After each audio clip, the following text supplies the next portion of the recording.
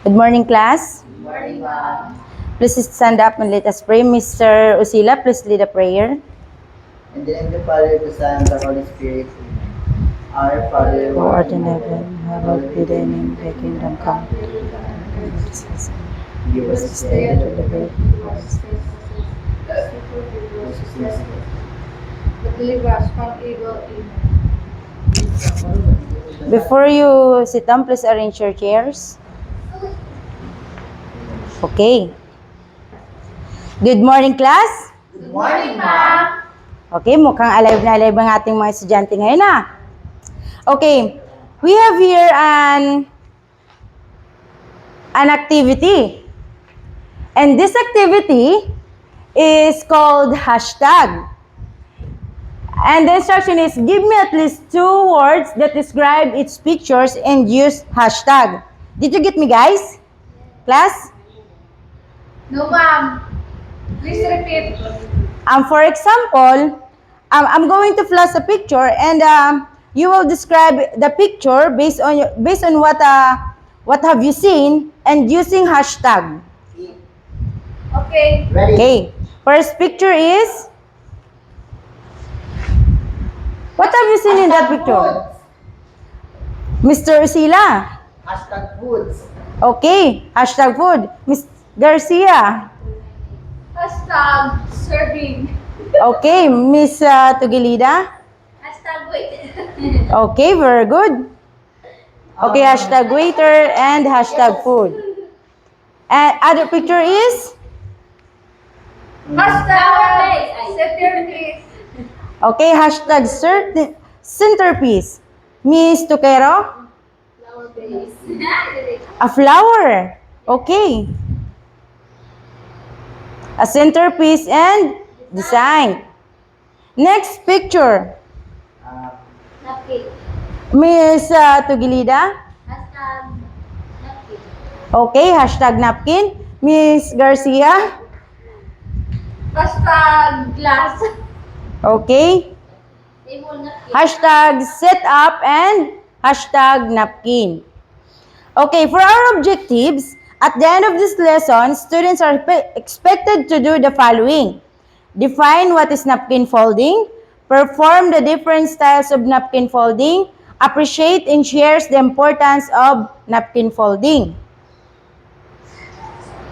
Our topic for today is table napkin folding. Are you familiar with that? I think so. You think so, okay? Definition of terms, please read Ms. Garcia. Definition of terms: design, an arrangement of lines or shapes created to form a pattern or decoration. Diagonal, a composition is considered to be the most dynamic line and suggests movement along the path. Folding can be done as art or as a hobby. Napkin, serviette, or frieze. Toilet is a square of cloth or paper tissue used at the table. It is usually small and folded. Okay, that is the definition of terms. That is the words that we are going to encounter in our topic. Okay, napkin folding, please read Ms. Usila. Napkin folding. A napkin when creatively folded enhance the decoration of your table setting and dining experience. There are many ways to fold the napkins that you can choose one that reflects your style and personality. Select napkin with threads that are firmly woven, such as cotton or light linen, because folds will be better. Table napkin are often called waiter's cloth. Do you think if you encounter in the table, if you are, for example, you are dining and there are lots of napkin folding in the table, what do you feel? Um, You feel more special kasi, I feel more beautiful. yeah. Please stand up, Miss Togilida. You feel comfortable. Yeah. Please stand up. Huh? I feel special and beautiful. Okay, you feel special and beautiful. Thank you. Okay, rows in table napkin folding. Please read Miss Tuquero. Rules in table napkin folding. Use a clean surface to prepare your design fold. Make sure your hands are perfectly clean and keep the manipulation of the napkin to the bare minimum. Always use a neat, clean, and well-ironed napkin for the table. Never use metal objects such as pins, staples, papers, clips, on any napkin whether for table setting or display purposes. Yes. In table napkin, we are going to use a clean napkin. And make sure our hands is clean because we are using white napkin. Kaya kailangan natin panatilihin laging malinis ang ating kamay para hindi maiwan yung dumi sa napkin. And never use metal objects such as pins, staples, paper clips, or any napkin whether for the table settings or display. Bakit kaya hindi natin kailangang gumamit ng mga metal objects? Miss Tuquero? So, di yung kalawang basta. Yes, very good. How about you, Mr. Usila? Pwede Tagalog. Yes, Baka malagay sa pagkain yung mga metals. yes, very good. Okay, tama nga naman. Lalo na, for example, gagamitin natin yung napkin, baka pag bigla nating punas sa ating mukha, matusok tayo ng pin. Yan. Very good. Okay, number 1, pyramid napkin fold. Please read, Miss Tuquero. Pyramid napkin fold. This classified napkin folding technique is considered one of the easiest folding techniques. The fold way starts in the triangle base. Okay, bakit kaya siya nasabing easiest napkin fold? Sa tingin nyo, madali lang talaga siya? Okay, let's see the instructions. Okay, please read Miss Garcia. Instruction, fold the napkin in half diagonally or bring the top left corner towards you to meet the bottom right corner. Turn the napkin so the open end is facing away from you. Take the right end and fold it up to meet the far corner. Make sure the edge of the fold remains in the center as shown. Okay.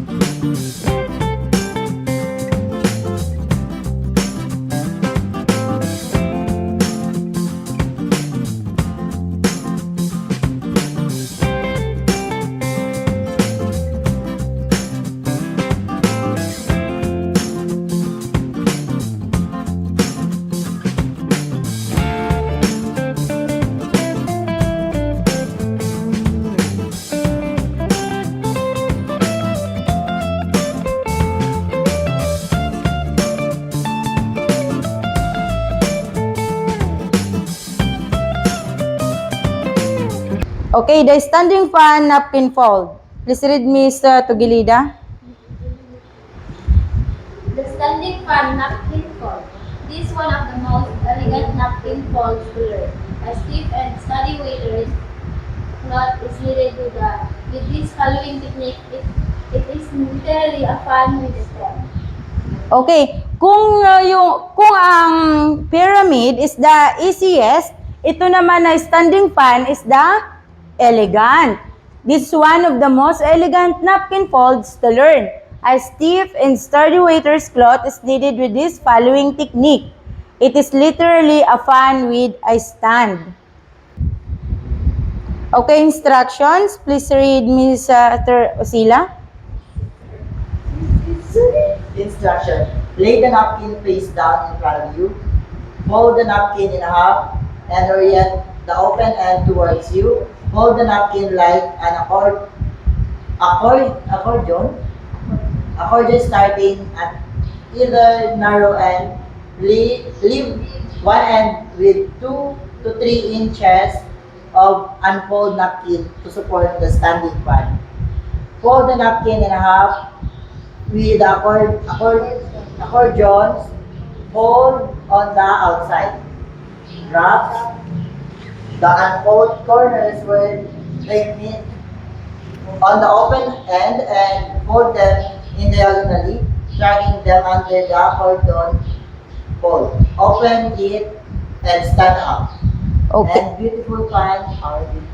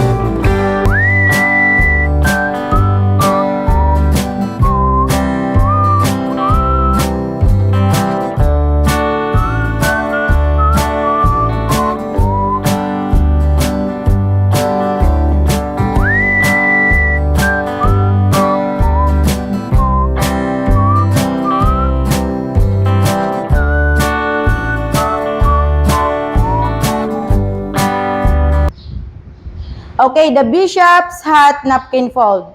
Please read, Miss Tuquero. The bishop's hat napkin fold. This is napkin fold that could be difficult to line up the corners of the cup. This napkin fold derives from the shape of the bishop's hat.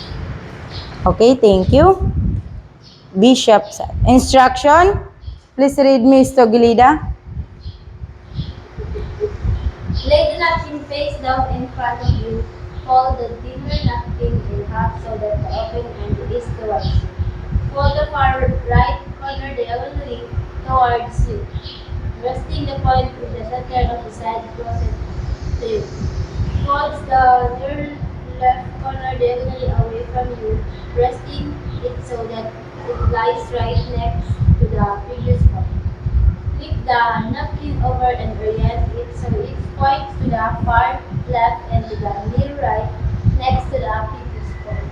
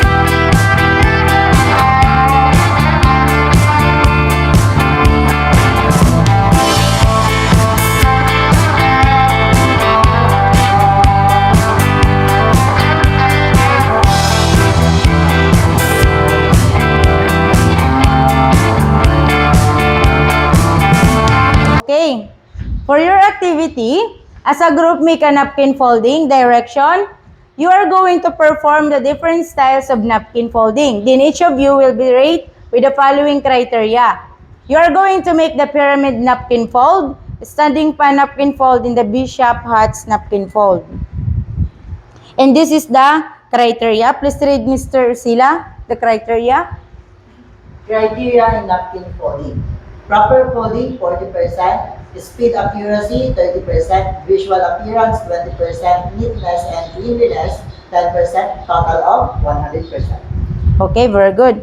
I have here a napkin and you are going to perform the 3 napkin folding. Please work as a group. First one is the bishop, ay the pyramid.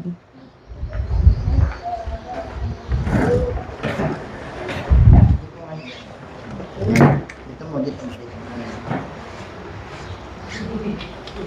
Pyramid. Pyramid, 1. Bigyan mo na. Undog mo. Pyramid. Okay, very good. How about the standing fan? 1.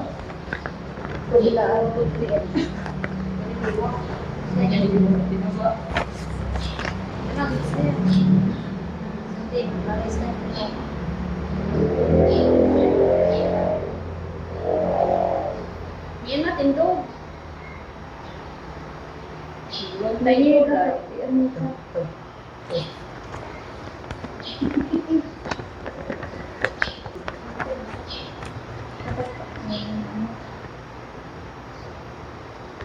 Ito yung plastic pan. It's your choice.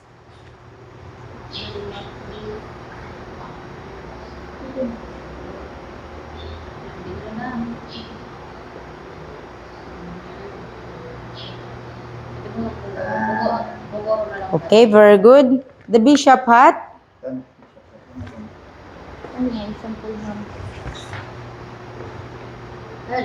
Day, dapat mo place doon. Lima.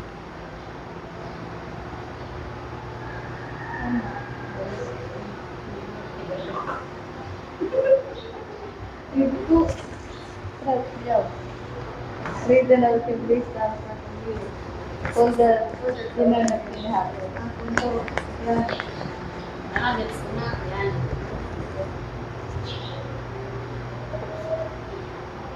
Hindi. Una, tapos. Ito.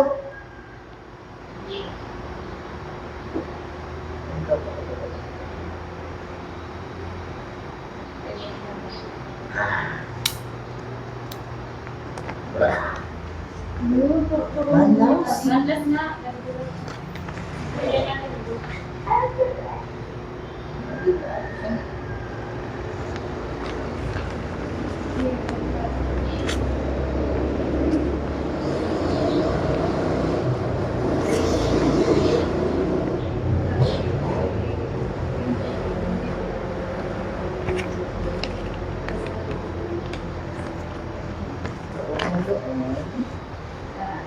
Bishop hat. Okay, very good. Please give yourself a wow clap. 1, 2, 3, 1. Okay, everybody?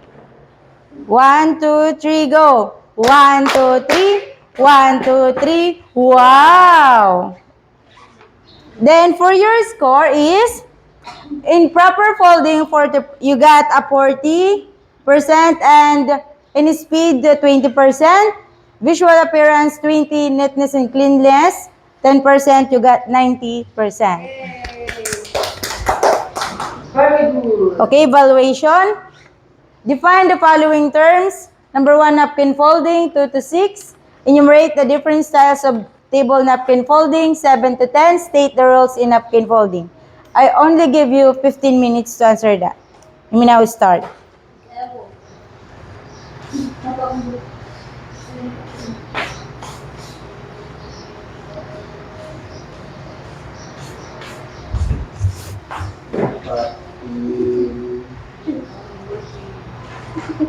Bakit?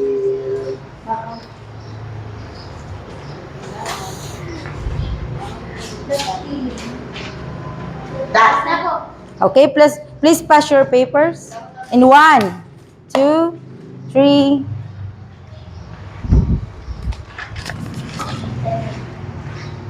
Okay, for your assignment, number 1, practice at home the other types of styles of napkin folding. You will perform that next meeting along with the 5 napkin folding. We have studied the following the criteria in napkin folding. And number 2, research about the different kinds of table settings. That's all.